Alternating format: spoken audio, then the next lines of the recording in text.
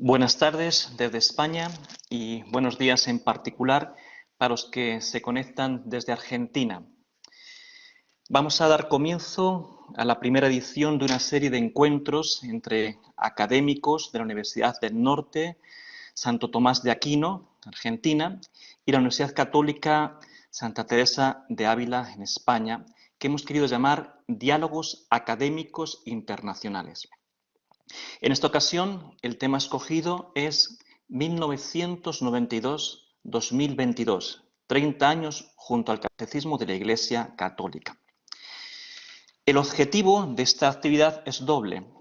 Por un lado, tratar un tema que es de interés de ambas instituciones por especialistas en la materia. Y por otro lado, estrechar vínculos entre nuestras universidades. En este evento virtual van a participar dos profesores de la Universidad Católica de Ávila y otros dos de la Universidad del Norte Santo Tomás de Aquino. La duración del mismo es de 90 minutos y habrá un espacio para plantear preguntas. Primero, intervendrán cada uno de ellos por un tiempo de entre 10 y 15 minutos y a continuación de todas las intervenciones abriremos un espacio para plantear preguntas y diálogo con los ponentes y entre ellos también. Sin más preámbulos, voy a ir presentando y dando la palabra a cada uno de los ponentes. En primer lugar, contamos con el profesor Ricardo von Vieren. Ricardo von Vieren es abogado. En la función pública ha sido fiscal adjunto de la Municipalidad de San Miguel de Tucumán. Es magíster en ética social a la luz de la doctrina social de la Iglesia por la Universidad Popular Autónoma del Estado de Puebla, México, con el patrocinio del Alto Consejo Pontificio para la Cultura del Vaticano. Trabajó en instituciones educativas de nivel medio, terciario y universitario, de gestión estatal y de gestión privada. Actualmente ejerce la docencia en la Universidad del Norte Santo Tomás de Aquino como profesor titular de las cátedras de Teoría del Estado y Derecho Político, de Filosofía del Derecho y de Doctrina Social de la Iglesia. En la misma universidad es coordinador general de las jornadas sociales que se realizan anualmente desde 2013 y ha dirigido proyectos de investigación ligados a la enseñanza social católica. Ha publicado artículos y comentarios bibliográficos y ha disertado como conferencista en seminarios, talleres y congresos en Argentina y en el extranjero.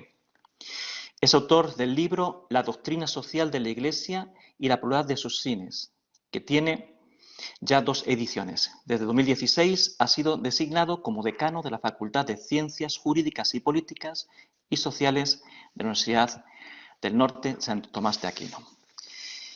Profesor Ricardo, tiene la palabra. Muchas gracias, Luis. Compartir con todos ustedes este primer encuentro, primer diálogo académico internacional. El tema de mi disertación lleva por título La nueva evangelización y su dimensión social en el Catecismo de la Iglesia Católica. Entremos en materia. El 11 de octubre de 1992, vísperas de los festejos por el 5º centenario de la evangelización de América, Juan Pablo II publica el Catecismo de la Iglesia Católica. Con este gesto de hondo significado doctrinal y simbólico, el Santo Padre quiso anudar 2 acontecimientos aparentemente ajenos entre sí, pero que en su intención se encuentran íntimamente vinculados. Por un lado, la puesta en vigencia de un catecismo universal, concebido como un instrumento privilegiado al servicio de la nueva evangelización, a la que convocara en 1984 desde Puerto Príncipe en Haití, evangelización que es nueva en su ardor, en sus métodos y en su expresión, pero que sustancialmente procura actualizar el mandato del Señor en nuestro tiempo, de evangelizar a todas las naciones.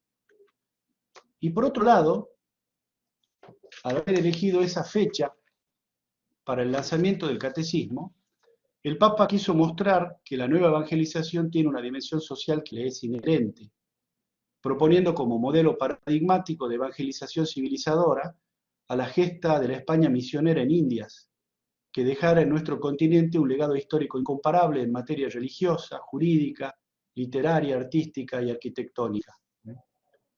El Catecismo de la Iglesia Católica ha recogido ambas intuiciones del Papa Juan Pablo II al recordar que la transmisión de la fe cristiana es ante todo el anuncio de Jesucristo y que el esfuerzo misionero se implica en un proceso de inculturación para así encarnar el Evangelio en las culturas de los pueblos. Entre las numerosas virtualidades que el Catecismo nos ofrece, sobresale la incorporación a su entramado discursivo de una amplia variedad de enseñanzas sociales, inicio de la vida humana a partir de la concepción familiares, sociales, económicas, jurídico-culturales y ambientales. Algunas de esas enseñanzas se han referido los ilustres panelistas que me acompañan en este estrado virtual.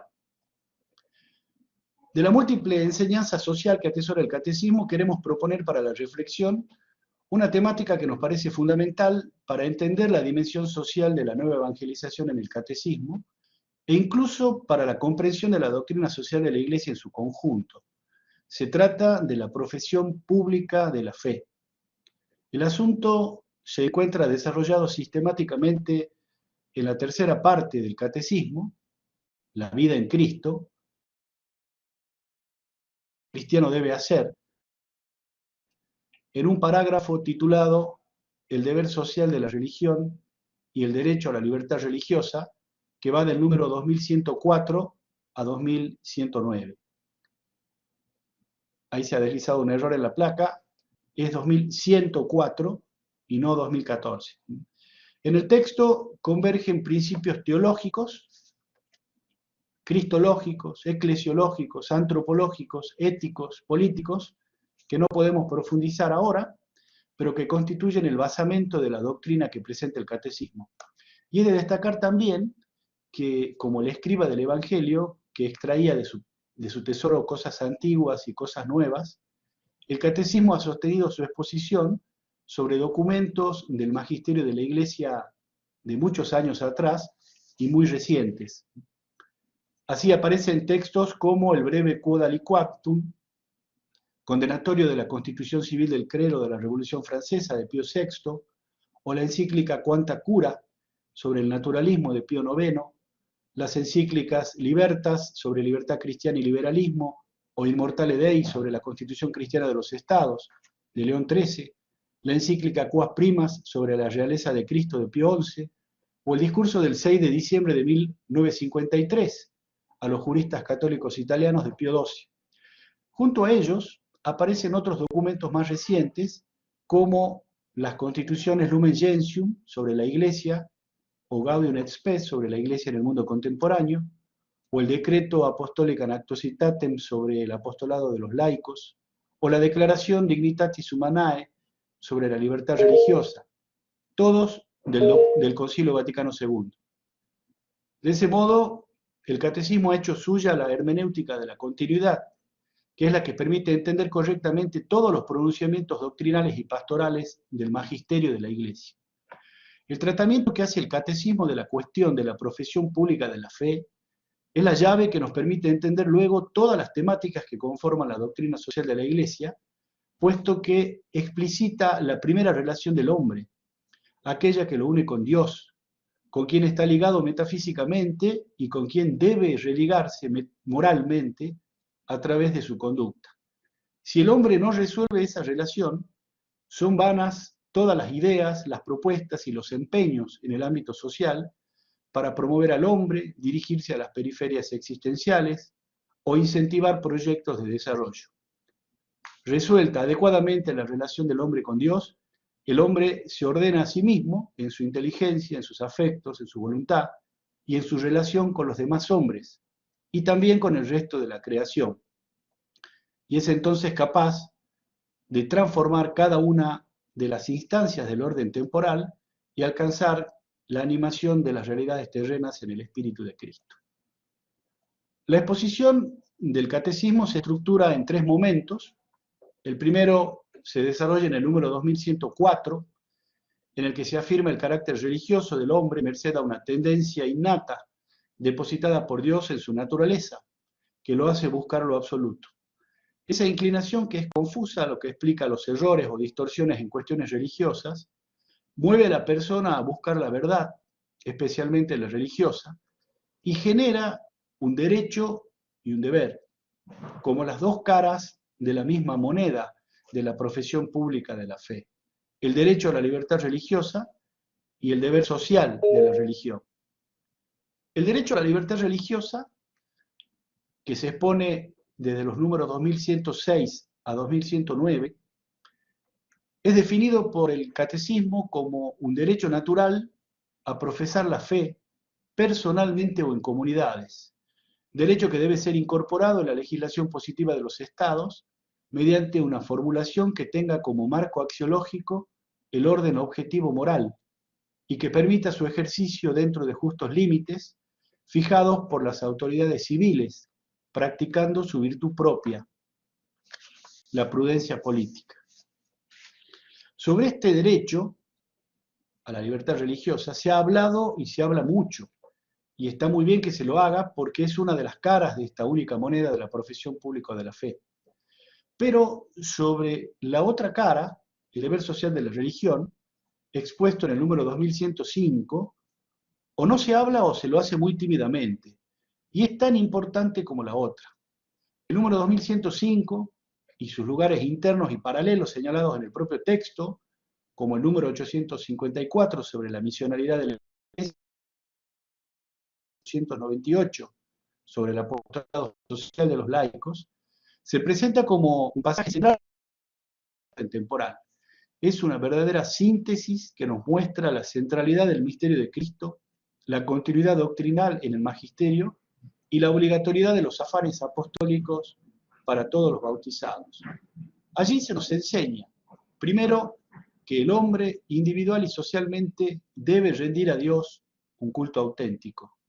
En segundo lugar, que esa es la doctrina tradicional católica sobre el deber moral de los hombres y las sociedades respecto de la religión verdadera y de la única Iglesia de Cristo. Tercero, que al evangelizar sin cesar a los hombres, la Iglesia procura informar con el Espíritu de Cristo el pensamiento y las costumbres, las leyes y las estructuras de las comunidades en que vive. Cuarto, que respetando y suscitando en cada hombre el amor a la verdad y al bien, la Iglesia da a conocer el culto de la única religión verdadera que subsiste en la Iglesia católica. Quinto, que los cristianos deben ser la luz del mundo. Y sexto, que así la Iglesia manifiesta la realeza de Cristo sobre toda la creación, y en particular sobre las sociedades humanas, la realeza social de Cristo. El anuncio alegre, militante e incansable de la realeza social de Cristo por parte de la Iglesia, en especial de los laicos, y su reconocimiento libre, convencido e incluso institucional por parte de los hombres, las sociedades y los estados, es clave para comprender la relación entre la Iglesia y el mundo, y así edificar un orden público de convivencia que sea justo, la civilización del amor, que al servicio de la promoción integral de la persona, rinda homenaje a Cristo como Señor del cosmos y de la historia, como Rey de los hombres y de las sociedades. Tenemos la responsabilidad de que el catecismo de la Iglesia Católica asuma el rol para el que fuera pensado por el Papa Juan Pablo II, ser el punto de referencia doctrinal y apostólico de los esfuerzos evangelizadores de la Iglesia en lo social. Y ello solo vamos a lograrlo si lo tomamos en serio y nos sentamos a estudiarlo. Y así será posible develar y descubrir sus abundantes y profundas enseñanzas sobre todas las temáticas sociales: la vida humana, el matrimonio y la familia, la educación, el destino universal de los bienes y el derecho a la propiedad privada, el trabajo, la empresa, la ley, la justicia, la autoridad, los medios de comunicación social, la participación social y política, la autoridad o el cuidado de la casa común en una ecología integral. Voy terminando. Cuando Comenzamos nuestra exposición, recordamos el papel fundamental que tuvo para la elaboración del catecismo la clarividencia de San Juan Pablo II. Y quiero cerrar mi intervención evocando una enseñanza suya que ha proclamado en numerosas ocasiones a lo largo de su pontificado. Enseñanza que, situando a Cristo y su realeza en el centro del apostolado, ilumina la dimensión social de la nueva evangelización. Dice así: no temáis, no tengáis miedo, abrid las puertas a Cristo. Abrid más aún, abrid de par en par las puertas a Cristo. Abrid a su potestad salvadora las puertas de los estados, los sistemas económicos y políticos, los extensos campos de la cultura, de la civilización y del desarrollo. Tenemos al Catecismo de la Iglesia Católica en nuestras manos. Ojalá podamos tenerlo también en nuestra inteligencia, en nuestro corazón, y así expresarlo en nuestro testimonio público. Muchas gracias.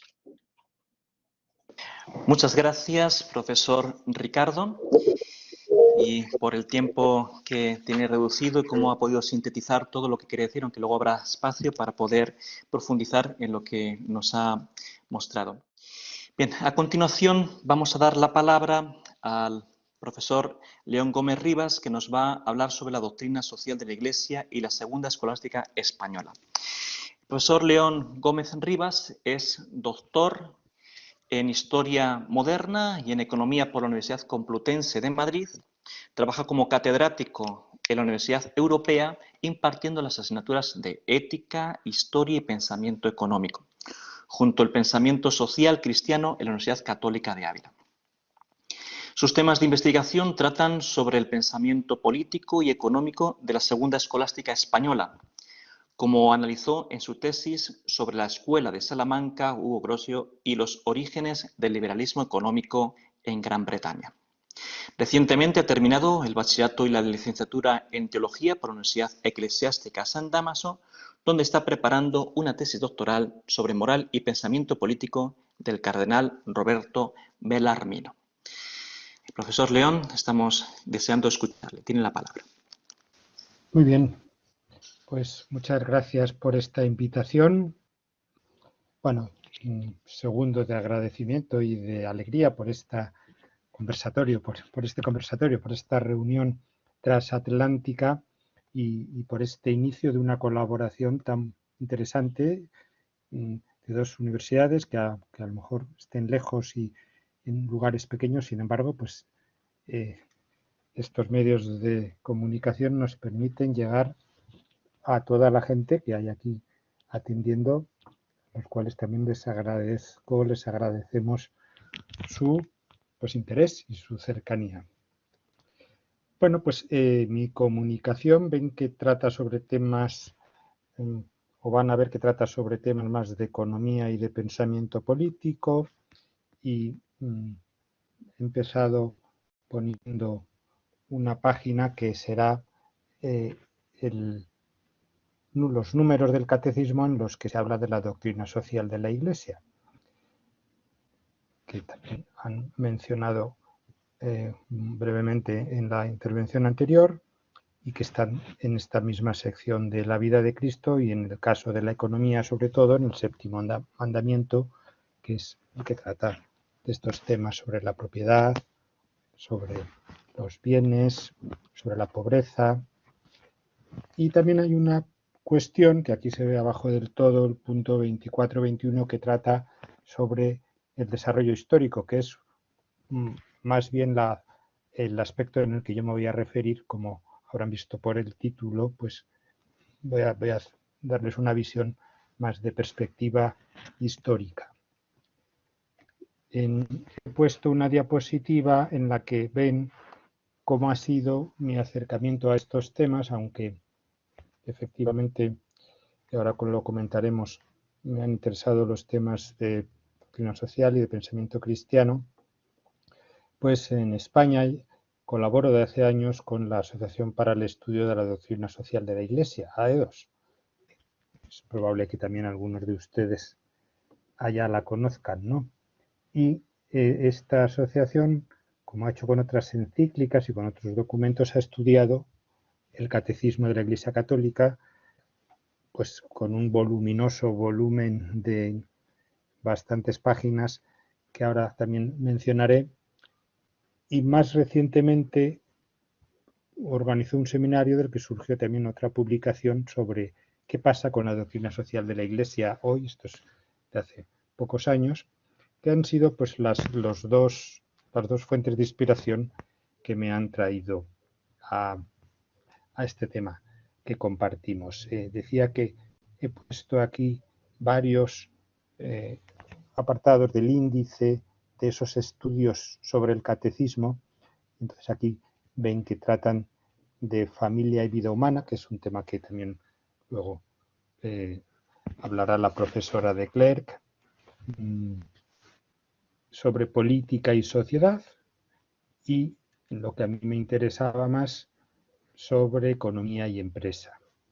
Y bueno, pues aquí se ve que ha habido otros profesores y es un volumen interesante al que bueno, pues estas cosas le resulten cercanas y atractivas.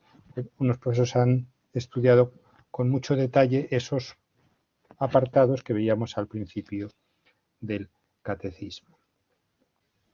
Decía que, por otra parte, pues desde el punto de vista más de doctrina social, hace ya tiempo en la Universidad Católica de Ávila colaboré en la preparación de este manual sobre pensamiento social cristiano que por cierto me ha encantado, pues bueno, conocer al profesor Ricardo, que pues estos encuentros muchas veces sirven para docentes conocernos, compartir experiencias y bueno, colaborar en esta docencia, ¿no? Y esta es una asignatura que se enseña a los estudiantes de la Universidad Católica de Ávila y que, bueno, que ofrece una muy interesante formación sobre cómo acercarnos a estas cuestiones tan relevantes como es la economía, los problemas sociales, los problemas políticos, desde una enseñanza cristiana que bueno, los estudiantes que acuden a nuestras universidades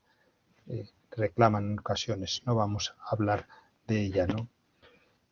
Entonces, mi acercamiento más histórico es el que trata a partir de este documento sobre qué pasa con la doctrina social de la Iglesia, en el que un profesor del Ateneo Pontificio Regina Apostolorum, Emilio Martínez Alvesa, planteó tres ideas que me resultaron muy interesantes y muy sugerentes, que decía que la doctrina social de la Iglesia, definida como magisterio en teología moral social, presenta a la vez una importante dimensión interdisciplinar, por lo que aun siendo teología no es solo teología. Segunda consideración que hacía, igualmente la doctrina social de la Iglesia tampoco es solo magisterio, por cuanto éste no pretende agotarla ni acapararla, excluyendo a los fieles de su participación. Y decía en tercer lugar, finalmente, ante una habitual presentación del inicio de la doctrina social de la Iglesia con la Rerum Novarum de León XIII, que hemos visto que lo indica el propio catecismo, él sugiere que este magisterio en teología moral, por las razones anteriores, acompaña a la totalidad de la historia de la Iglesia, precediendo con mucho a esa encíclica de 1891. Bueno, pues con este preámbulo es por el que pues ya entro en la parte más específica que quería comentarles, que es buscar en la escolástica, en la primera escolástica de Tomás de Aquino y en la segunda escolástica, la llamada también Escuela de Salamanca de desarrollo iberoamericano, tanto en España como en las universidades que se fueron fundando en el Nuevo Mundo, pues en estos autores sí escribieron también sobre cuestiones que podríamos llamar de doctrina social, con esta perspectiva que estoy diciendo de que todos podemos participar en la preparación de una configuración de un pensamiento social cristiano. Entonces ahí aparece Tomás de Aquino, que es como el fundador de esta escuela, de esta primera escolástica en los tratados de la segunda parte de la segunda, su tratado sobre la ley y sobre la justicia, que él ya empieza a hablar sobre el precio, sobre la propiedad, sobre la usura, en términos económicos, sobre los diezmos, Y en términos políticos tiene un libro de Regimine Principum en el que habla también de un tema que los segundos escolásticos tocarán, que es los límites del poder real.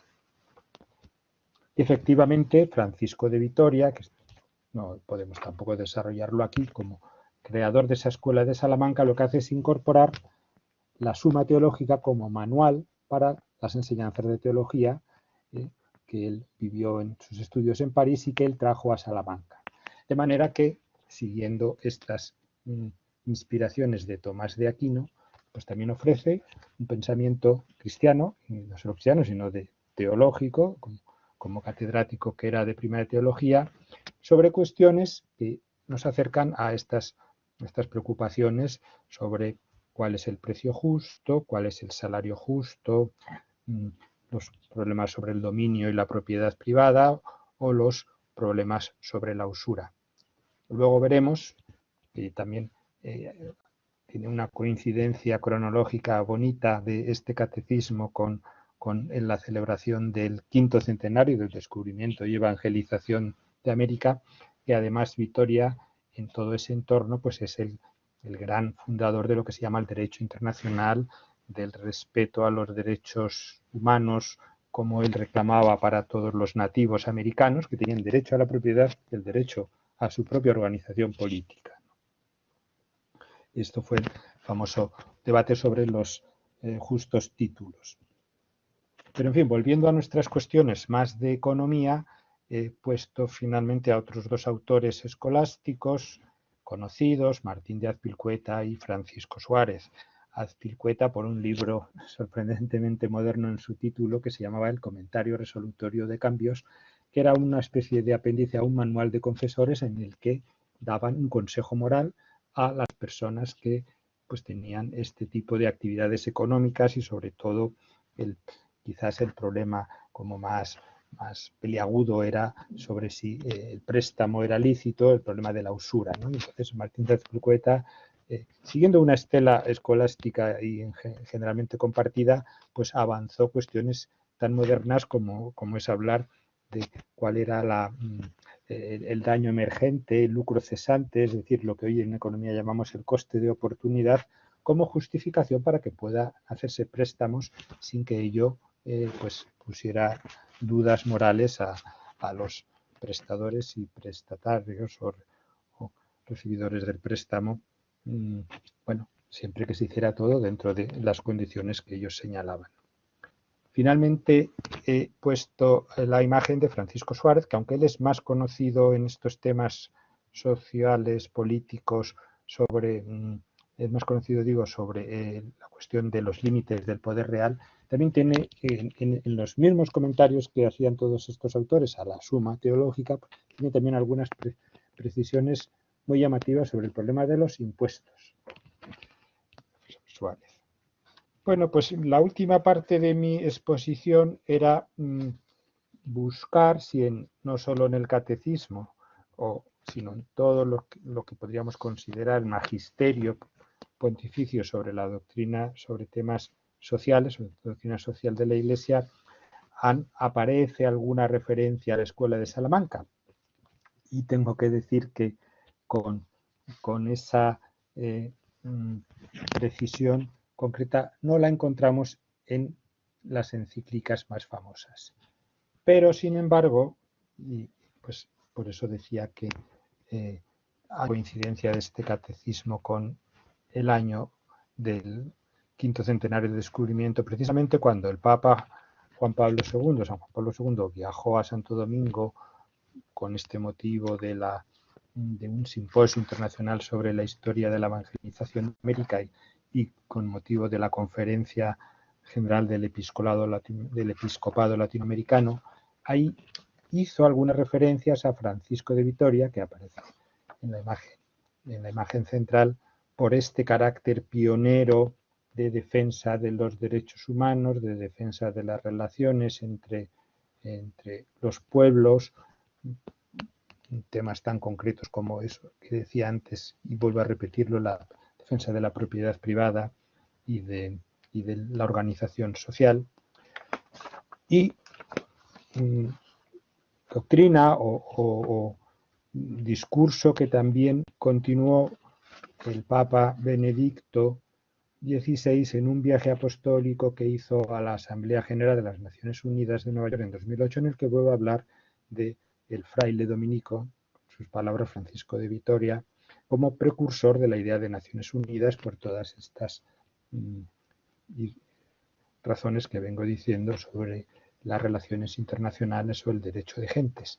En fin, como conclusión, pues voy a decir que, aunque expresamente la Escuela de Salamanca no aparece con ese nombre en lo que consideramos los documentos del magisterio más famosos sobre doctrina social de la Iglesia, sí creo que en el conjunto más amplio de lo que sería la doctrina social de la Iglesia, no solamente están presentes, sino que además fueron unos autores innovadores, modernos, creadores de un sistema que sigue hoy en día siendo vigente. Pues muchas gracias por su atención y podemos retirar la presentación. Muchas gracias, profesor León, por su exposición elocuente de un tema tan extenso que quedaría mucho para hablar, pero nos ha dejado hoy las ideas más principales en torno a este tema en concreto de la doctrina social de la Iglesia en la segunda escolástica. Y a continuación voy a presentar a la profesora Catherine de Clercq, que nos va a tratar ya el tema dentro de lo que es la doctrina social de la Iglesia, el asunto de la familia, el matrimonio, la vida, en el magisterio de la Iglesia. La profesora Catherine de Clercq es graduada superior en Ciencias Empresariales Internacionales por la Universidad Pontificia de Comillas, Madrid, y el Reis Management School en Francia. Es bachiller en Filosofía por la Universidad Eclesiástica San Dámaso de Madrid, licenciada en Estudios Eclesiásticos por la Universidad Eclesiástica San Dámaso de Madrid.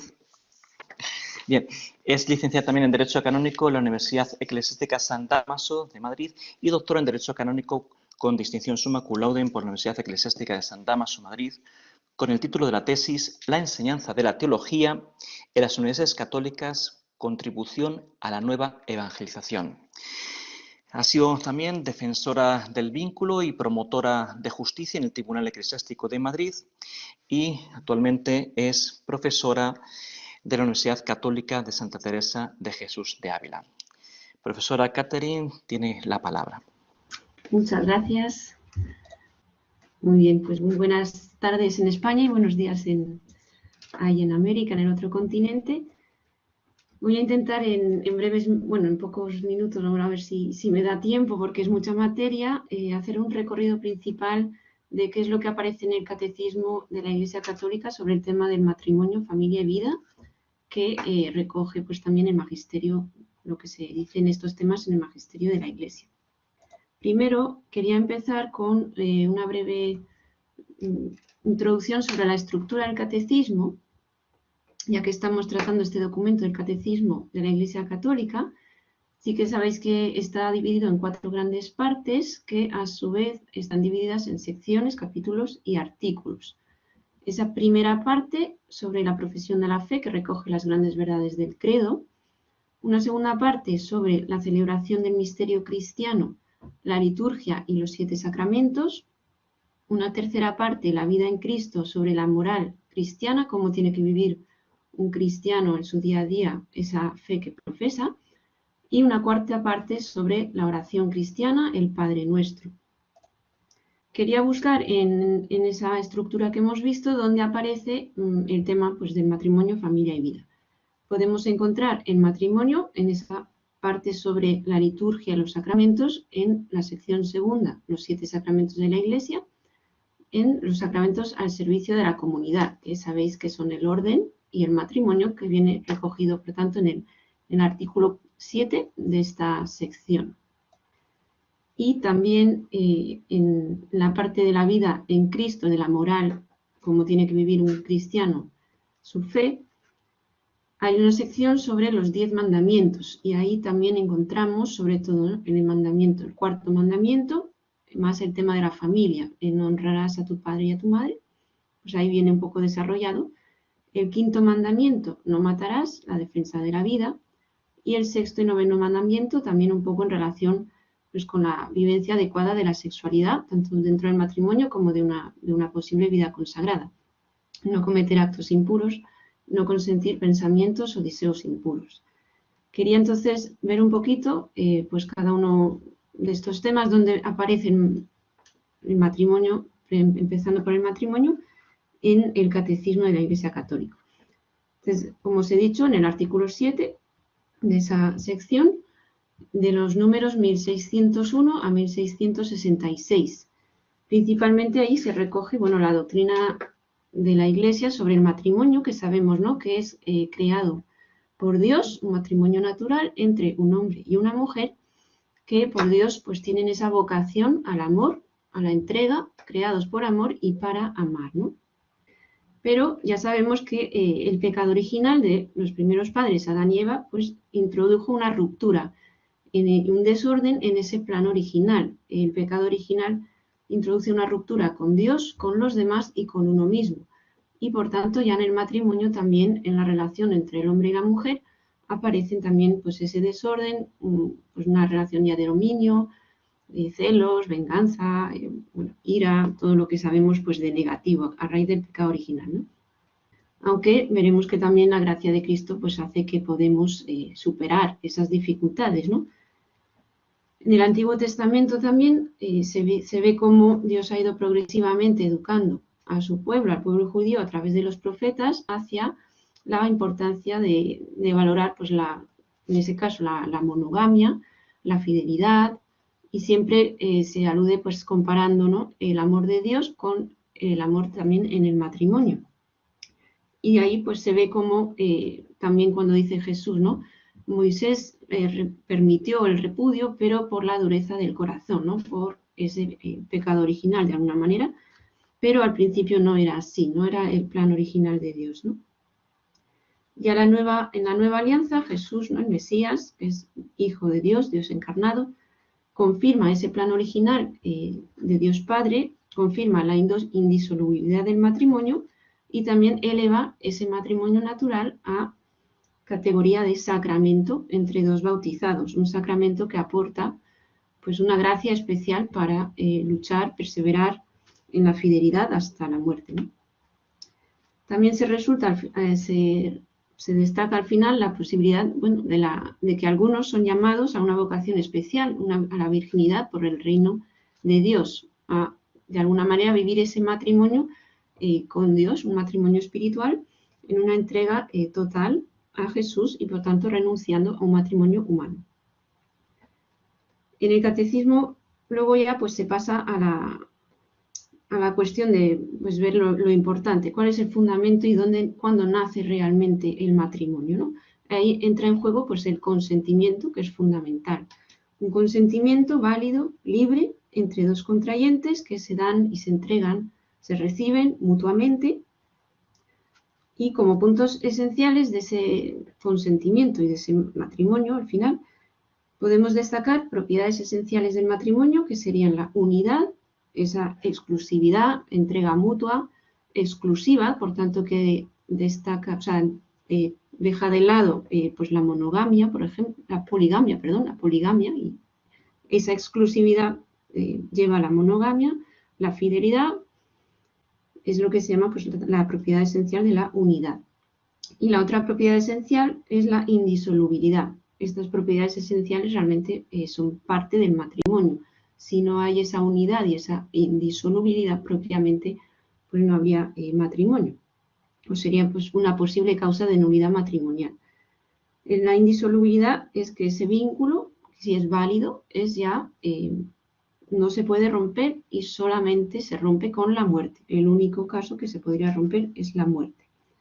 Y también los fines esenciales del matrimonio, que son el bien de los esposos, la ayuda mutua, también origen de esa complementariedad de los sexos, y la procreación y educación de los hijos, esa apertura a la vida, que luego dará pues, el nacimiento a una iglesia doméstica, que está llamada también a dar testimonio de la fe dentro de la familia, ¿no? Esto un poco en esta parte del artículo 7. Luego también, en torno al matrimonio, podemos destacar los artículos, ya el 6º mandamiento y el 9º mandamiento. Se insiste de nuevo en que el matrimonio exige esa complementariedad de los sexos, que a veces complementariedad espiritual, física, ser una sola carne en su integridad, dejando de lado, por tanto, otros tipos de supuestos matrimonios que no son matrimonios, uniones del mismo sexo, por ejemplo, como no hay ni complementariedad ni posibilidad de crear vida, pues no es matrimonio. El matrimonio directamente solo es lo que ha querido Dios en su plan original. Esa entrega y donación mutua, por tanto, y la importancia de vivir bien está la sexualidad que ha sido creada por Dios, justamente también para favorecer esta entrega total de uno mismo. Y aquí pues también se ve que se puede vivir esa sexualidad de diferentes maneras, ¿no? Y aquí se alude al concepto, bueno, a la castidad. La castidad lo define como integración de la sexualidad en la unidad interior de la persona, en su ser corporal y espiritual. Integrar esa sexualidad, vivir la propia sexualidad en todo su ámbito personal, ¿no? Y hay dos tipos o dos géneros de castidad. Una que implica una continencia perfecta, que es en la virginidad, ¿no? en el celibato sacerdotal o en una vida consagrada, que se renuncia, por tanto, al ejercicio de la sexualidad dentro de un matrimonio humano, pero se vive también esa castidad de entrega a Dios, ¿no? Y una castidad conyugal que implica, ¿no?, que los esposos se reservan mutuamente el uno para el otro, esa exclusividad, ¿no? Esa castidad implica, por tanto, un dominio de uno mismo, de las pasiones. Para poder donarse libremente, pues primero hay que saber también dominar sus pasiones, ¿no? Para poder también vivir esa sexualidad de un modo adecuado en el ámbito del matrimonio, no separando los dobles significados del acto conyugal dentro del matrimonio, que son la unión y la procreación, ¿no? Siempre esos dos significados tienen que ir juntos. El matrimonio de por sí está llamado a ser fecundo, a dar vida, a recibir el hijo como un don, estar abierto a la vida, aunque a veces tristemente pues no llega el hijo, pero siempre estar abierto a que venga, ¿no? a recibir ese don de Dios. Y el artículo 9, ¿no?, el 9º mandamiento, invita a esa pureza de corazón.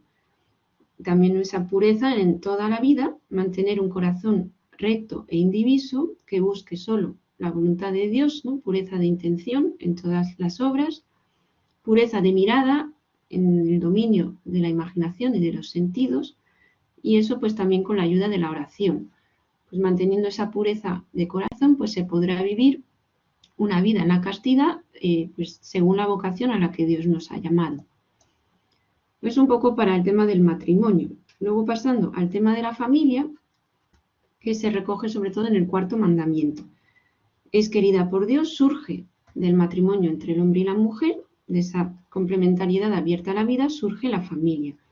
Esa familia que está llamada a ser una iglesia doméstica, una comunidad de fe, esperanza y caridad, que pueda ser también misionera, ¿no?, y con su ejemplo de alegría, de unión, pues de ser un ejemplo para las demás familias.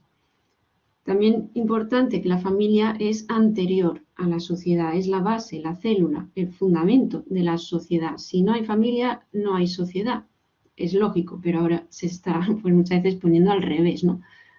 Y si la familia es la base de la sociedad, obviamente la sociedad tiene que proteger, cuidar, ayudar a la familia y no pues atacarla o sea, le tiene que dar facilidades y favorecer esa vida, porque si no hay vida, pues la sociedad pronto pues irá a pique, como está sucediendo de hecho en muchos países por la falta de natalidad también, ¿no?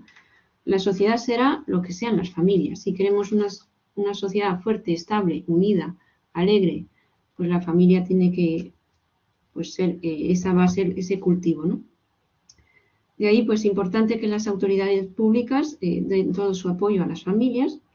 Y aquí entra también el principio de subsidiariedad en la doctrina social de la Iglesia, ¿no?, que dice que el Estado, la comunidad política, tiene que ayudar, favorecer a esos grupos intermedios, las familias, y no también poner estorbos o no querer decidir pues el Estado cómo tienen los padres que educar a sus hijos, por ejemplo, ¿no?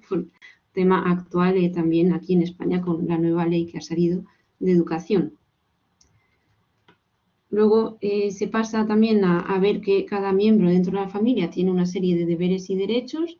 Los hijos pueden amar a sus padres, respetarlos, respetar a quienes tienen autoridad sobre ellos, aunque, bueno, también si los padres piden algo que no es conforme a la ley moral o a la ley de Dios, pues tienen que desobedecer. Claro, el padre no puede pedir algo que sea malo al final. Y los padres tienen ese deber también de amar y educar a sus hijos, ofrecerles una educación integral. Y los hijos tienen el derecho a eso de ser queridos, de recibir esa educación integral de sus padres. Y los padres también el derecho de educar a sus hijos según sus propias convicciones, sin que otras autoridades pues impidan ese derecho, ¿no? También los padres tienen que favorecer, digamos, o no oponerse a la posible vocación religiosa de sus hijos, porque al final Dios tiene que estar por encima también de los lazos familiares. Y finalmente en este apartado del cuarto mandamiento se hace un hincapié sobre las autoridades en la sociedad civil, cómo tienen siempre que ejercer su poder como un servicio al bien común y emanar leyes justas acordes a la dignidad de las personas y a sus derechos fundamentales. Y los ciudadanos tienen que obedecer a esas leyes si son buenas, y si son malas, pues no obedecerlas, claro. Y ahí pues también poder ejercer la objeción de conciencia. Y bueno, finalmente el tema un poco de la vida, a ver si ya me pasa, sobre el quinto mandamiento, no matarás. Se insiste, ¿no?, que la vida es sagrada, toda vida humana es sagrada y por tanto es un don de Dios, que Dios es el que decide, al final que tiene la última palabra, pues en cuándo otorga ese don de la vida para que pues empiece a vivir alguien, desde el momento de la concepción hasta pues una muerte natural, cuando ya pues Dios decida también llamar así a una persona. Es Él el que decide, no nosotros, ¿no? En el Génesis también se veían las consecuencias del pecado original. Cuando ya Caín mata a su hermano Abel, es toda una espiral de violencia, de venganza, de guerras, de muerte, y se mantiene realmente, ¿no?, el precepto natural universal de no matar al inocente. Y todavía más grave, ¿no?, cuando se mata al inocente en el vientre de su madre, que sería el aborto. Se deja muy claro, y siempre se ha dejado muy claro, que el aborto es eliminar a un ser humano inocente, que no puede defenderse porque todavía pues no puede decir nada y está totalmente dependiente de su madre y, bueno, de los demás, ¿no? También interesante pues que se habla de la legítima defensa, como es legítimo defenderse, ¿no?, de un agresor por defender la propia vida, que es un don de Dios que hemos recibido, pero esa legítima defensa no tiene que ejercerse de un modo desproporcionado, con una violencia mayor a la necesaria, porque entonces se pasaría a ser ilegítima o inmoral, ¿no? Tiene que ser adecuada, también proporcional al ataque, digamos, ¿no? También se van resaltando en el catecismo pues diferentes pecados graves, ¿no?, que intentan eliminar, poner fin a una vida, véase el aborto, la eutanasia al final de la vida también, o el suicidio, la eutanasia como es un suicidio asistido, que es querer también decidir nosotros sobre nuestra propia vida, y cómo es importante, ¿no?, dar justamente apoyo, cariño, ayudar a los más indefensos, a los que realmente pues necesitan ese cuidado hasta el final de su vida, en el momento más difícil. Y también pues se alienta, ¿no?, los cuidados paliativos para dar, pues acompañar a esos enfermos o personas mayores en los últimos momentos de su vida. Sobre el respeto a la dignidad de las personas, siempre, ¿no? Importante valorar a las personas por ellas mismas, son valiosas por sí mismas y no por lo que son, o sea, por lo que tienen o por lo que hacen, sino por su propia existencia. Por tanto, son inmorales cualquier acto de terrorismo, de secuestro, de tortura, de esterilización voluntaria, de amputación, cualquier cosa que pueda atentar también contra la integridad corporal de otras personas. Se alude al escándalo como querer inducir al otro a hacer el mal, como también pues algo pues muy negativo. El cuidado de la propia salud siempre tiene que ser dentro de un, digamos, de un modo razonable, sin caer en un abuso y un exceso de dar un valor absoluto en un culto al cuerpo que ya se sale pues de lo razonable, y ahí entra también la virtud de la templanza, que pues cada cosa en justo medio. Y finalmente, bueno, con respecto a la investigación científica, sobre todo en los ámbitos de bioética, la ciencia y la técnica los llama recursos preciosos cuando son puestos al servicio del ser humano, para su bien, ¿no? Y no justamente para atacarle o para al final provocar la muerte, sino que tienen que ser siempre usados para fomentar, para el bien de la persona y su dignidad. Se dice que la ciencia y la técnica por sí solas no indican el sentido de la existencia o del progreso humano, sino que es los límites, la que realmente indica el sentido y la orientación son la persona humana y sus valores morales. La moral y la ética son los que marcan también el camino por donde la ciencia y la investigación tienen que avanzar, respetando siempre ese límite de defensa de la dignidad de la persona y sus derechos fundamentales. Se alude a la obra de misericordia, que es enterrar a los muertos y respetar también el cuerpo de los difuntos. Y ya finalmente el tema de la guerra y la paz, realmente pues también muy actual en esta época por la guerra que estamos viviendo en Ucrania y otras tantas guerras que hay en el mundo que no se habla, pero que hay muchísimas, ¿no?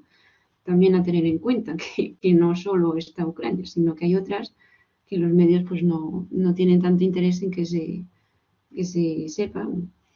Pues evitar la guerra a toda costa, que al final siempre sufren los más inocentes y es una espiral de violencia que crece, ¿no? Se pide siempre frenar la carrera armamentista. La legítima defensa es moral si se hace cumpliendo una serie de condiciones y siempre dentro de una proporcionalidad de los medios usados. También, pues esto lo dice Santo Tomás. Y finalmente saber que la paz es fruto de la justicia y de la caridad. Si no hay justicia y no hay caridad, que implica luego una conversión personal, pues no habrá paz. Primero que la paz en nuestras familias, en nuestro interior, para poder fomentar esa paz en el mundo. Y finalmente una cita de Gaudium et Spes, número 78, que me ha gustado mucho: en la medida que los hombres unidos por la caridad superan el pecado, superarán también las violencias, ¿no? Al final, la lucha contra el pecado es la clave para que haya paz y que se acabe la violencia. Como última diapositiva os quería solo resaltar algunos documentos donde se habla más específicamente del tema del matrimonio, familia o de la vida, pues grandes referentes dentro del magisterio de la Iglesia que corroboran todo lo que está en el catecismo. En la encíclica Arcanum Divine Sapientiae de León XIII, en 1880, la encíclica Casti Connubii de Pío XI, en 1930, la Humanae Vitae de Pablo VI, en 1968, también justo antes, en 1965, en el Concilio Vaticano II, la Gaudium et Spes tiene una parte sobre el matrimonio que está también muy bien. Ya el Papa Juan Pablo II, la Familiaris Consortio, la exhortación apostólica, la Congregación de la Doctrina de la Fe, la Donum Vitae, sobre la vida, como aquí también el tema de la investigación con embriones, etc. Y en la encíclica Evangelium Vitae, de también Juan Pablo II, en el 95. Y finalmente el Papa Francisco, la exhortación apostólica Amoris Laetitia, la alegría del amor.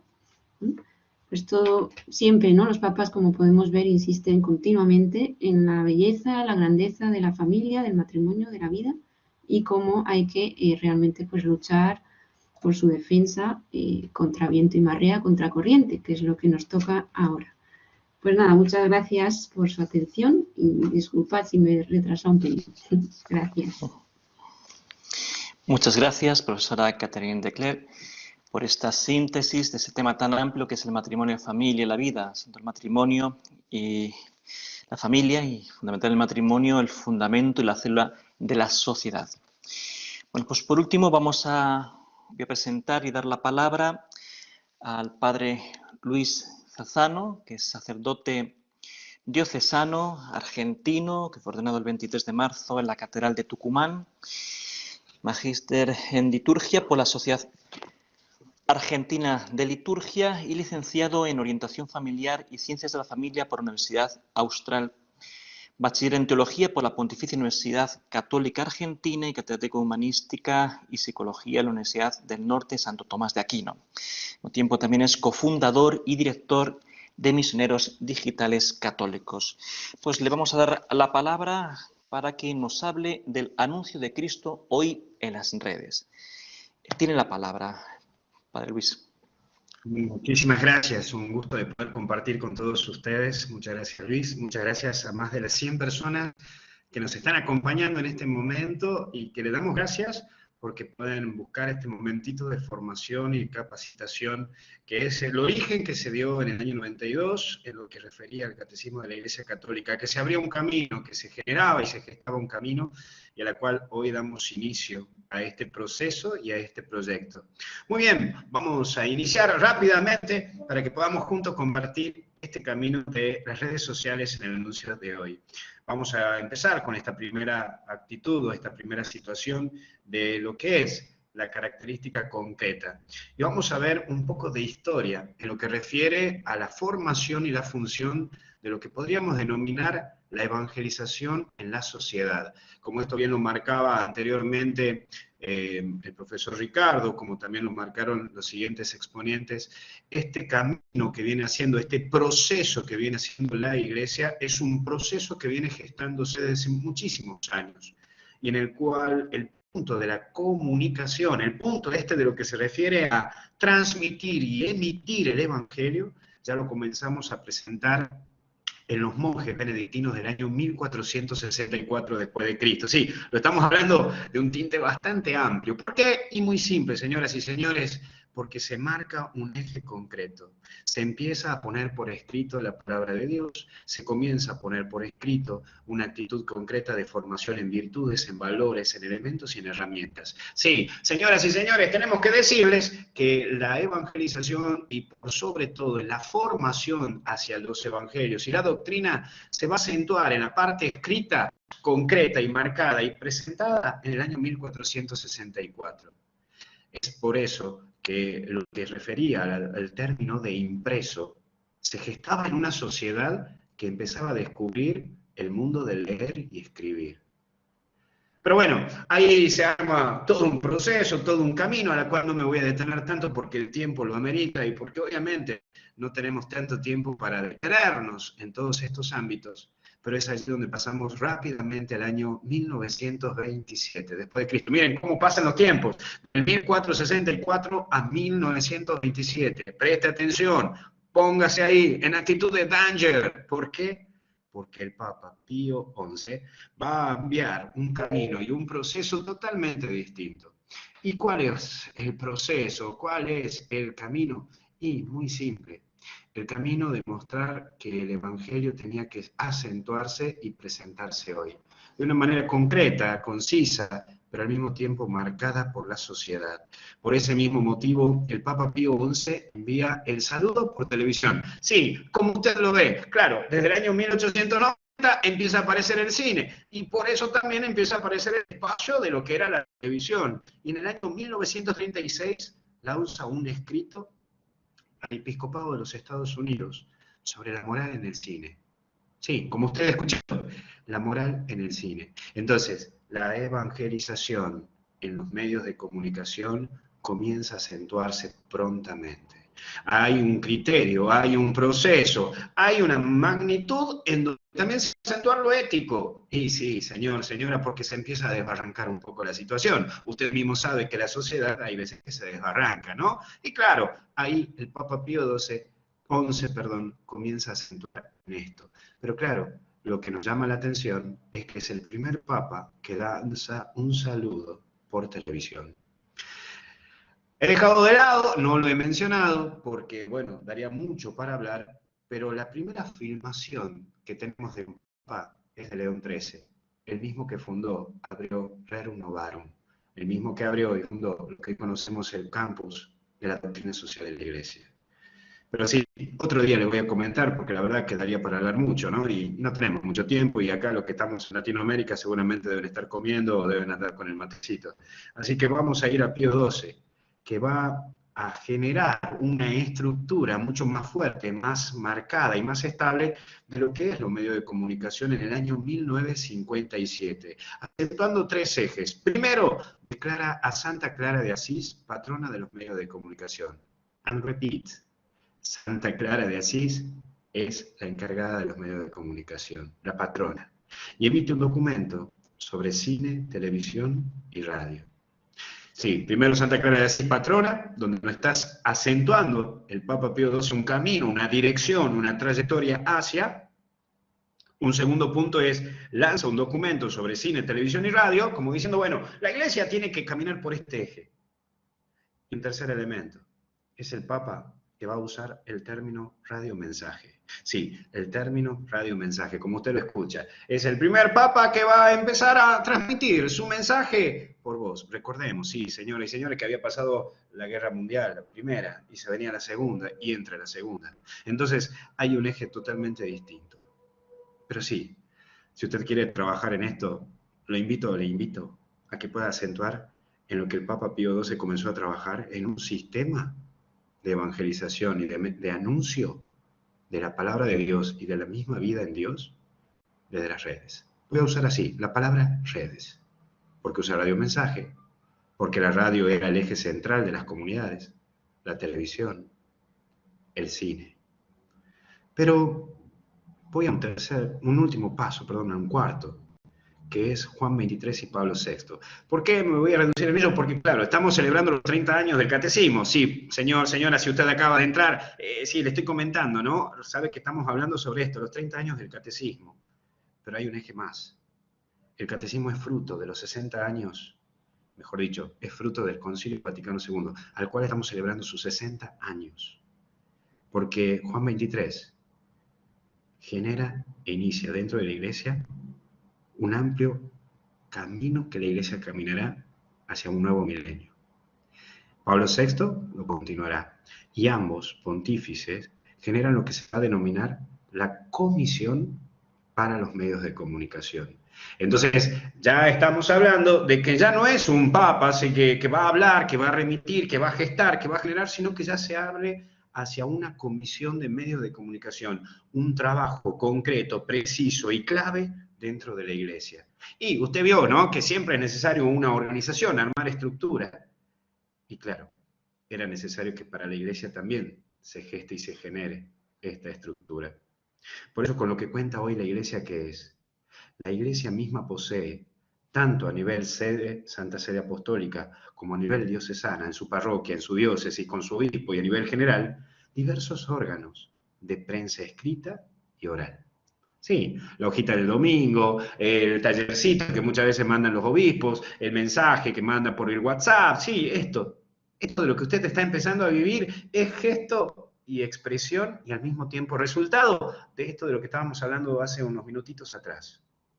Por eso en Roma, en la Santa Sede, por ejemplo, existe Radio Vaticana, el Centro Televisivo Vaticano, la editorial Librería Editrice Vaticana, el rotativo del Observatorio Romano, la página web católica más visitada del mundo. Sí, señoras y señores, aunque ustedes no lo crean, la página más visitada del mundo actualmente es vatican.va. Por eso, el Vaticano, en su formación, ha gestado los medios de comunicación como un aspecto informativo y formativo. Pero sí, otro día me detengo porque la verdad que el tiempo no me alcanza. Señora, señor, trate de entenderme que el tiempo es tirano en este sentido. ¿Por qué? Porque es necesario también analizar algunos aspectos de todo esto. Por un lado, la de un pensador.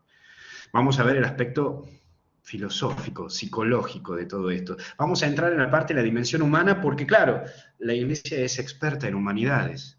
Y como usted sabe, todo esto que nos está tocando vivir hoy es un resultado en donde nosotros tenemos que elevarlo a lo divino y evangelizar desde lo divino los resultados sociales. Y Guy Debord, el año 1931-96, presenta la sociedad, que es un modelo de sociedad que ha convertido la vida de la gente en un espectáculo. Sí, ya lo empieza a analizar desde la década del 40 y 50, en donde la gente parece que le gusta que todo el mundo sepa de él o de ella, y todo el mundo quiere ser visible. Y se mira la vida sin sentido. Y miren, si ven un poco el proceso de la vida de él, llega hasta el 96. Todavía no existía Facebook, Instagram, Twitter, Snapchat, ni siquiera existía TikTok o YouTube. Porque se mira una vida sin sentido. Y por ese mismo motivo, la gente necesita que otros lo valoren por un like, por un comentario o por un simple visto. Esto que comienza a gestarse a nivel social de la década del 40, 50 y 60, lo vamos a iluminar en el tiempo de hoy con el Papa Francisco, Evangelii Gaudium, que es la transformación misionera de la Iglesia. Una Iglesia misionera que inserte y se inserte en una sociedad que necesita aparecer. Y es por eso que el Concilio Vaticano y el Catecismo tratan de impregnar la frescura del Evangelio en los tiempos de hoy, desarrollando ante puntos concretos y críticos que tiene el mundo, como el relativismo, el gnosticismo y el neopelagianismo. El relativismo donde todo es relativo, donde no hay estructuras concretas y hasta donde nos parece que generar un juicio es temido. El gnosticismo, la gnosis, donde esta división interna y donde se empieza a meter muchas cosas que no son propias de la doctrina de la Iglesia. Y el neopelagianismo, en donde aparece también un voluntarismo exacerbado. Parece que esto también ha habido un punto de mezcla y de quiebre dentro, de manera interna, adintra de la Iglesia, como también a manera adextra de la Iglesia. Por eso tenemos que tener esa visión esperanzadora, clave, concreta y concisa. Y entonces es ahí que también tenemos que tener presente, porque si vamos a hablar desde el aspecto social y también porque la Iglesia evangeliza e ilumina la situación social, no podemos dejar de lado el tema de la generación. Sí, porque hoy en nuestra sociedad convivimos con distintas generaciones, a la cual la tenemos que iluminar a través del Catecismo y a través del Concilio Vaticano. Por un lado tenemos la generación Baby Boomers, que son las que son denominadas la generación posguerra. Son personas a la cual han tenido una iniciativa en los inicios de su vida, pero que ha marcado una estructura en su desarrollo de vida. La generación Baby Boomers no me voy a detener mucho, pero bueno, son los que nacieron entre el 50 y el 60. Y vamos a ver 5 características. Primero, son personas estructuradas. ¿Por qué? Porque se lo ha gestado en una estructura. Nacés, creces, te haces amigo de alguien, te enamorás, te pones de novio, te casás, tenés hijos. Era la estructura. Segundo, se marca también un proceso de decisión de vida. Cuando tenías 18 años te decía tu papá o tu mamá, te tenés que ir, tenés que estudiar algo, ¿de qué te vas a recibir? Tercero, a nivel empresarial, una familia gestaba pertenencia. ¿En qué sentido? Si tu papá era cartero, vos también eras cartero. Siguiente característica, cuarta, había una estructura social marcada, una orden, y había premio y castigo. Y quinta característica de un baby boomers era que tenía que desarrollar su vida desde una estructura marcada social. Si te casabas, era que tenías que tener tu casa. No podías generar algo. Y al mismo tiempo, recordar que era lo eterno, para toda la vida. Pero bueno, no me quiero detener más. Voy a seguir rápido a la generación X, donde se pierde la estructura. Son aquellos que nacen entre la década del 70 y el 80, pierden una estructura en sí. Serán personas que, si no va a alguna situación, buscarán hasta incluso en la vida matrimonial el divorcio, que esto es un poco la situación que se estaba gestando. Y al mismo tiempo aparece esta cuestión de que se busca lo empresarial pragmático. ¿Qué significa? Quiero ser gerente, como sea, quiero llegar lo más lejos posible, quiero ganar más. Y empieza a entrar una característica siguiente. Socialmente puede haber una dispersión. Generación Y son las personas que nacieron entre la década del 70, 80 también, y que podemos hablar de personas que son más pragmáticas, que buscan más concreto un estado de globalización, y si tienen que viajar a otro país para tener una mejor situación económica, lo harán. Generación Millennials, la generación que se vive hoy, 90, 2000, son personas que buscan disfrutar del camino más que objetivos. Ya no entra esto de pagar piso, y esas personas no se ponen la camiseta de la empresa. Yo trabajo para ganar, y si no da ganancia me voy y busco otra empresa. Es más pragmático en su actuar. Por eso son personas que trabajan, ganarán un poco de euros o de dólares o de pesos argentinos y viajarán por el mundo. Por eso no se ata a nada ni a nadie y su visión está en la exponencial o en lo global.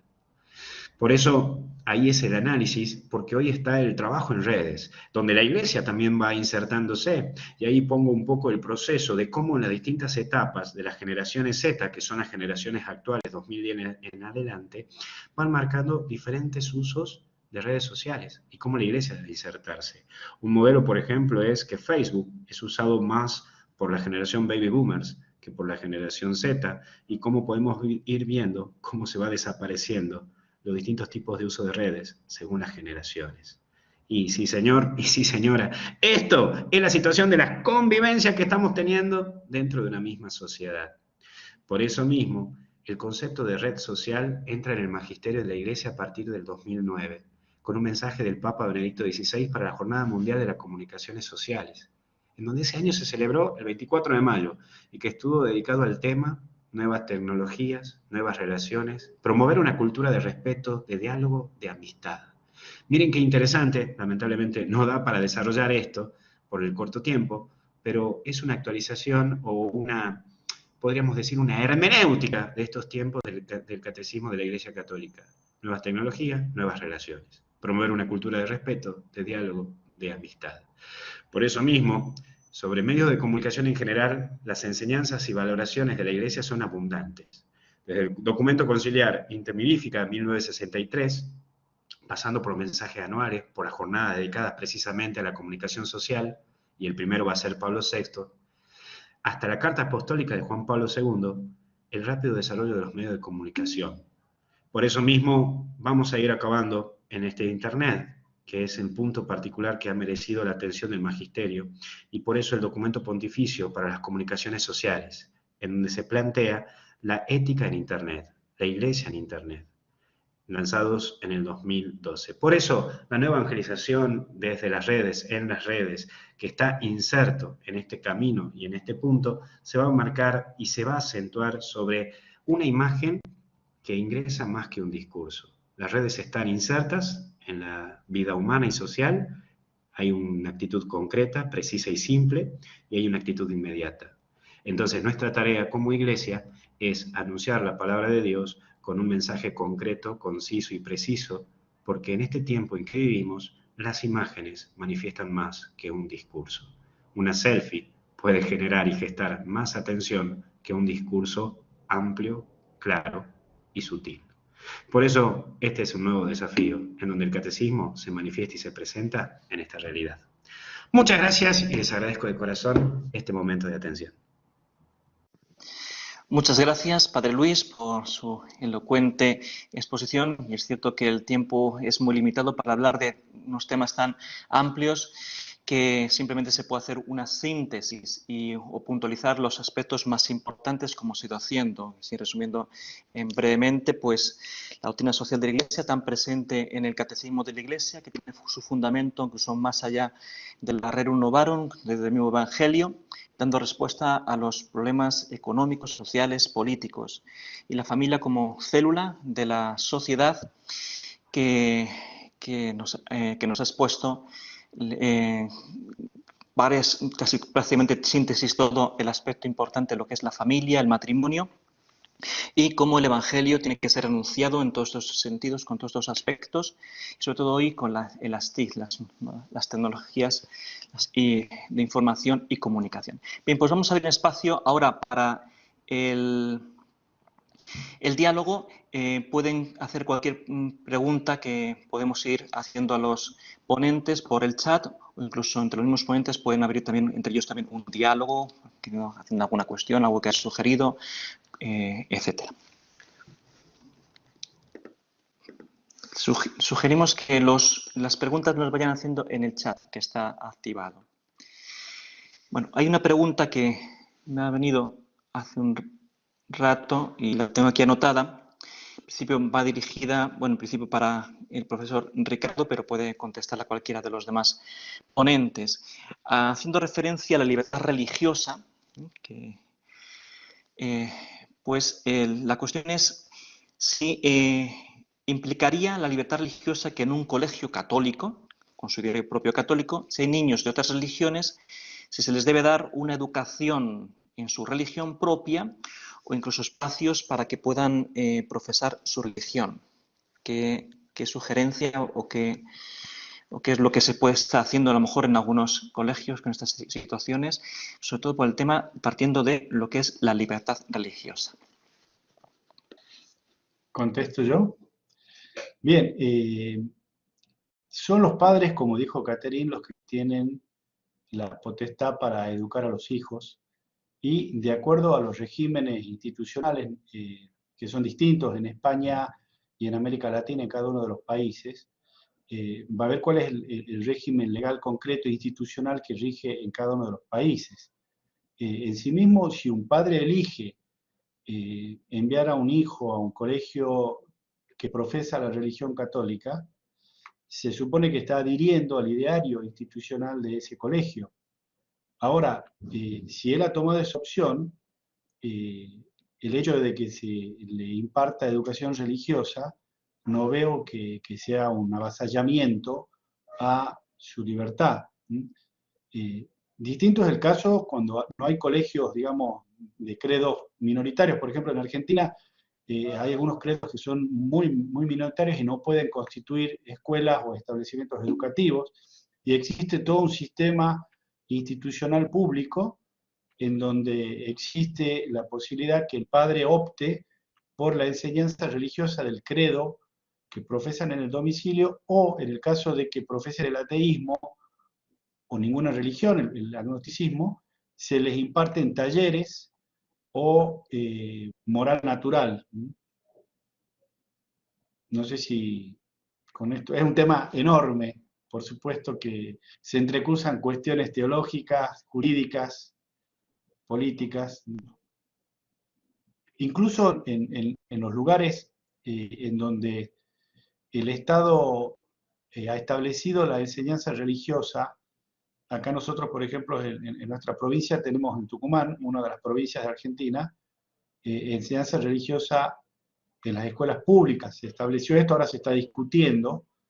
Se determinaba que aquellos padres que no querían que se les imparta educación religiosa a sus hijos, podían optar por proponer profesores del credo propio o incluso salir en el horario escolar para que se les imparta, como decía, talleres de moral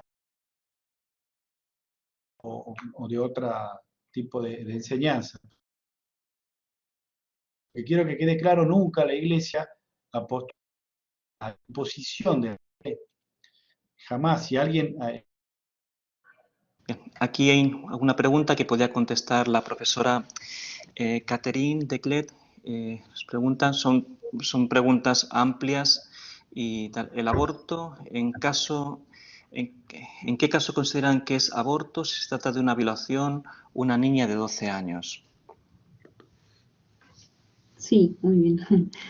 Pues invito sí, a leer eso, los documentos del magisterio de la Iglesia, que los papas siempre, bueno, que siempre al final lo único que hace la Iglesia es defender la vida humana, el derecho natural, que no es algo que nos hayamos inventado, sino que la propia naturaleza, pues de reconocer la vida como un don sagrado.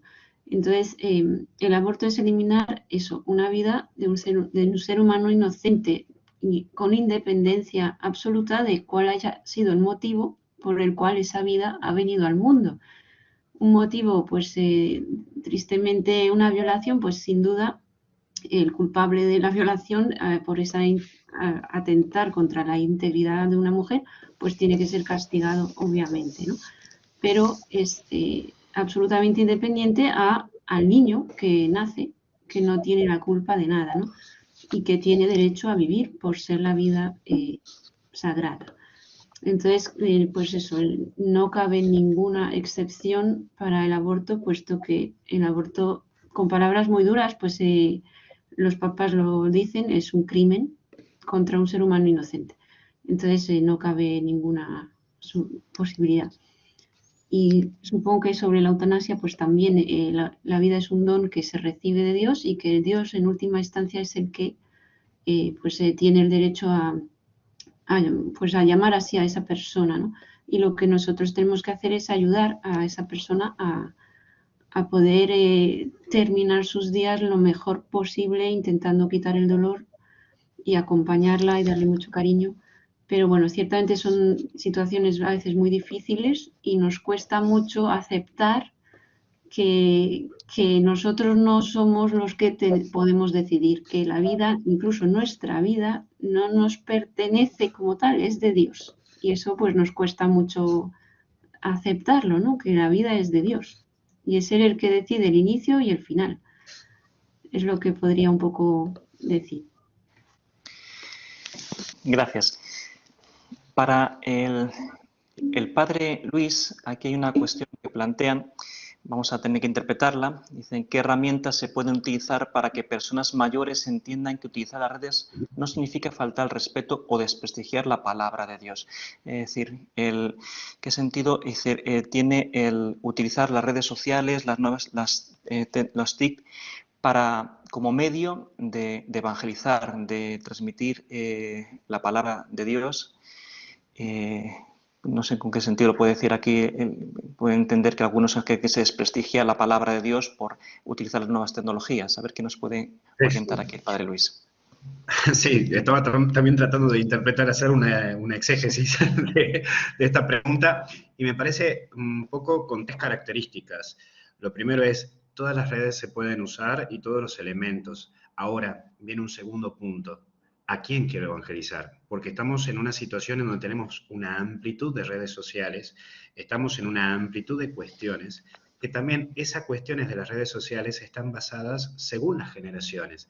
Es decir, hablaba muy al pasar, si yo quiero evangelizar a personas mayores de 30 años, es muy posible que Facebook pueda ser una herramienta y una corriente muy habitué para ellos. Si yo quiero evangelizar a una comunidad de chicos de 14 a 20 años, es muy probable que pueda usar Instagram o al mismo tiempo TikTok. Y al mismo tiempo, si yo deseo evangelizar a una comunidad mayor de 20 a 40 años, es muy fuerte el trabajo a través de lo que sería Instagram. Digo, lo presento de una manera muy concreta y muy concisa. Obviamente que no me voy a poner a desarrollar cada ámbito porque si no sería complejo. Pero ahí paso al tercer eje de esta pregunta, de esta hermenéutica que estamos haciendo hacia esa pregunta, en donde hay una línea muy fina que si yo quiero llegar a las personas, una línea muy fina de donde entra un punto que es, con el buen sentido de la palabra, una ridiculización de este aspecto de evangelización a lo que es una interpretación y un acercamiento hacia las personas desde el elemento y herramienta que yo uso. Entonces, en eso sí es necesario tener cuidado, porque, por ejemplo, no es lo mismo cómo hablo yo en TikTok, cuando sé que estoy dirigiéndome a un público menor de 20, y que capaz que puedo usar herramientas que le choque o le moleste a una persona mayor. Entonces tengo que ver hacia quién va dirigido y desde allí, desde donde voy dirigido, también qué herramientas se está utilizando. Espero haber sido concreto en esta síntesis de respuesta ante la pregunta, si no me dicen y le trato de explayar un poco más. Bueno, tenemos aquí una pregunta que es un poco larga y un poco mezclando varias cosas. Creo que en el fondo lo que va planteando, partiendo de la familia como célula de la sociedad, como hoy en día las redes sociales, que van desde el punto de vista también del consumismo, etcétera, muchas veces más que unir y mantener lo que es la familia, va influyendo de forma negativa en la familia. Más falta de comunicación intrafamiliar y sobre todo el cómo una familia queda muchas veces puede quedar agarrada por el tema de el consumismo de las redes sociales, de los técnicas de comunicación y de información. La pregunta es qué se podría hacer para contrarrestar esta tendencia. No sé si la profesora Catherine o el padre Luis, si han leído la pregunta, pues... Yo solamente adhiero un poquito, seguramente que Catherine después me puede ayudar a aclarar un poco más, pero me parece que sí, es verdad, hay cuestiones que sí, efectivamente, se genera una cierta visión negativa o muy light, ¿no? O hasta incluso muy líquido de todos estos aspectos. Entonces, creo que también existe lo que se llama el sistema Bukele, ¿no? ¿Por qué se habla de ese sistema? Porque se habla del presidente actual de El Salvador, ¿no? El presidente actual de El Salvador tiene una gran injerencia en las redes sociales y cada vez que hace un discurso o habla, lo sube en TikTok y en Instagram, y hasta incluso hace vivos en el mismo momento de un discurso o lo que sea. Bueno, ¿por qué se habla de este efecto? Porque hoy se ha insertado mucho en las redes sociales también el punto de tratar de hablar en positivo de todo lo que refiere al término familia, vida y evangelio, ¿no? Ustedes tranquilamente pueden entrar a las redes sociales y hasta incluso en YouTube, y me sorprende, por ejemplo, a mí en YouTube, como cuando uno entra, las propagandas, muchas veces las propagandas de 5 segundos, están basadas por hermanos nuestros evangélicos, donde suben cosas muy concretas sobre valores y virtudes. Yo creo, para hacer una síntesis y dar lugar a Catherine, si quiere acentuar después algo más, creo que aquí la clave es trabajar para mostrar el valor del evangelio y las virtudes, pero al mismo tiempo de lo positivo que es la familia y el matrimonio. Pero ahora el desafío es cómo lo hacemos sintético, que en 10 segundos, 15 segundos, podamos mostrar valores y virtudes en las redes. Bueno, no sé yo por ahí, o sea, tampoco, yo creo que estaba pensando un poco que lo importante es mostrar realmente la belleza de la unidad de la familia, que crea ese vínculo fuerte para evitar no ser solo unidades de consumo. Y justo en torno al consumo, pues el Papa también, Francisco, insiste mucho en educar en la virtud de la sobriedad, el usar las cosas, pues de una manera, eso, la templanza, de una manera equilibrada. Usar las redes sociales, sí, pero también poner límites. O sea, todas las cosas están al servicio, pero no tienen que convertirse al final en ídolos o caer en adicciones. Entonces, esa moderación, en saber usar las cosas, como decía San Ignacio de Loyola, en tanto en cuanto, cuando me ayuda, fenomenal, y si veo que no me ayuda, pues poner ahí un límite. Y educar en la familia a los niños también para poder hacer un buen uso, ¿no?, de las cosas y justamente intentar no caer en esas redes de ser meros consumidores, sino saber eso, que los bienes están para servirse de ellos, pero no son los que dan la felicidad al final, ¿no? Entonces, poner la felicidad solo en Dios, que es el único que puede llenar el corazón, ¿no? Se me ocurre un poco esa respuesta. Muy bien, ya vamos a ir acabando con algunas de las preguntas que nos van planteando aquí. Hay una que veo que la gente está más preocupada por el tema de la comunicación, las redes sociales, etcétera. Pero claro, hay un contenido que es el que se transmite. Hay dos preguntas que podemos juntarlas, que van dirigidas al padre Luis Zazano. Hay una vía haciendo referencia a hoy como la virtualidad, como con el tema de la pandemia también se celebra la misa, se transmite por las redes sociales, mucha gente ha dejado de volver a misa, se conforma con unirse a la celebración de forma virtual. Y luego también, uniendo a eso, dice, ¿hay alguna vía pensada para difundir de mayor manera la evangelización a través de las redes sociales?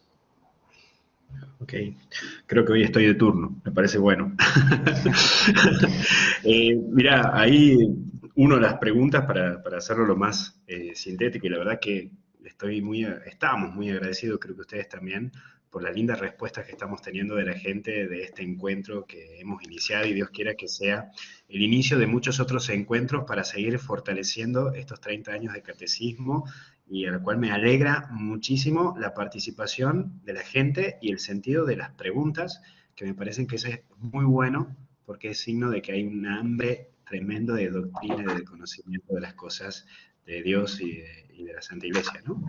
Eso por un lado. Por el otro lado, sí, coincidimos. A nivel general, obviamente, a nivel doctrinal, todavía no ha salido nada sobre estos aspectos post-pandemia, pero sí vemos que a nivel diócesis, muchas diócesis fueron sacando ya un proceso de catequesis para que se vuelva a misa presencial. Estamos hablando de que cuando se usa la misa en el mundo virtual o televisivo, estamos hablando de aquellas personas que por X motivo no pueden asistir a la Santa Misa presencial. Estamos hablando de por fuerzas externas mayores. Es distinto a la persona que dice, bueno, no voy a ir a misa porque hace frío y además después viene el campeonato de la Champions, entonces quiero verlo y de paso voy preparando un asadito. No. Tiene que ser algo externo y totalmente complejo. Podemos hablar de una enfermedad o caso de que una persona esté aislada por una enfermedad o por un contagio estrecho de coronavirus. Pero no estamos hablando de que en todos los casos se gesta y se genera que está la oportunidad de la misa virtual solamente. Es un medio para que te lleve al encuentro con Cristo de Eucaristía presencial, porque estamos haciendo también allí comunidad. Entonces hay que ver los casos y también las diócesis, ¿sí? Hay lugares donde ya se ha pedido que se vuelva a la presencialidad total y en algunas otras diócesis se ha dado esta cuestión de lo que se denomina el término híbrido, ¿no? Porque, bueno, por ejemplo, aquí en Argentina ahora estamos comenzando el invierno y por ende empezaron a subir nuevamente los casos de contagios de COVID. Bueno, entonces el día viernes el obispo de aquí de Tucumán nos estaba contando de decir, bueno, vamos a ver cómo están los casos y según eso vamos a ir viendo oportunidades y situaciones. Pero bueno, la Santa Sede ha dado la oportunidad de que las diócesis manejen esta situación actual. Muchísimas gracias, Padre Luis. Ya siendo la hora que es, vamos a ir ya concluyendo esta primera edición de los diálogos académicos internacionales que lo hemos comenzado este día de hoy con el tema de los 30 años junto al Catecismo de la Iglesia Católica. Les damos las gracias por su participación y muy particularmente a los ponentes que han hecho el esfuerzo de hacer esta síntesis de estos temas en torno a la temática general que teníamos para hoy. Y les reemplazamos para el siguiente mes de junio, que tendremos la segunda edición, cuya temática será la mediación. Veremos si ya para la próxima edición, posiblemente a lo mejor las ponencias sean a lo mejor menos ponencias y con un poquito más tiempo de exposición, como decían algunos que nos han dado un aviso diciendo, bueno, una advertencia de que están muy bien las ponencias, pero que muy breves. Pues no sé si alguno de los ponentes o el profesor Ricardo quieren decir algo para terminar. Si no, damos por concluida esta primera edición de los diálogos académicos internacionales entre la Universidad del Norte de Santo Tomás de Aquino, Argentina, y la Universidad Santa Teresa de Ávila. Yo solamente agradecer a todos, a los exponentes, a la gente, y muchas gracias por habernos dado esta oportunidad de compartir y de haber contado un poco más todo esto de lo que refiere a la doctrina social, al catecismo y a las enseñanzas de la Iglesia. Muchas gracias. Gracias, Padre Luis. Saludos a todos también en esta sesión pionera. Muchas gracias, profesor León. Muy bien, muchas gracias también. Sí, de mi parte también agradecer. No, las damas primero. No, justo era para que acabe usted. Bueno. Sí. Le damos la palabra al profesor Ricardo para que él cierre el broche de esta edición primera que hemos tenido y que él es uno de los promotores. Brevemente. Sí, bueno, agradecer a todos los que han participado de una manera u otra en la organización, desde el primer sueño, las primeras reuniones que tuvimos con David, y cómo esto se fue conformando, y creo que hemos abierto ya un camino que seguramente va a ser muy fecundo para generar un espacio de formación a ambos lados del Atlántico en temas diversos, que nos permiten aportar miradas complementarias, porque realmente a pesar de la identidad que tenemos en la fe, en el idioma con España, hay situaciones distintas en América y en Argentina que podemos compartir con ustedes allá en España y de parte de ustedes con nosotros lo mismo. Así que creo que ha sido muy fecunda la reunión y hemos tenido una enorme participación, lo cual significa que estamos por el buen camino. Así que muchas gracias a todos. Luis, ya que aprovecho para meterla, como decimos aquí en Tucumán, para meter la cuchara, si pueden hacer una sonrisa para que le saque captura de pantalla y lo publique en mi estado de Instagram y de Facebook, ya que he dado sobre las redes sociales y de la importancia de la evangelización en las redes. Así que esta es una manera también de usar el punto activo de lo que hemos presentado. Así que sonrían para que hagan la captura de pantalla y lo podamos etiquetar. Ahí está. Muy bien, listo. Muchas gracias. Lo podrán observar. Muchas gracias a todos. Un abrazo y hasta la próxima.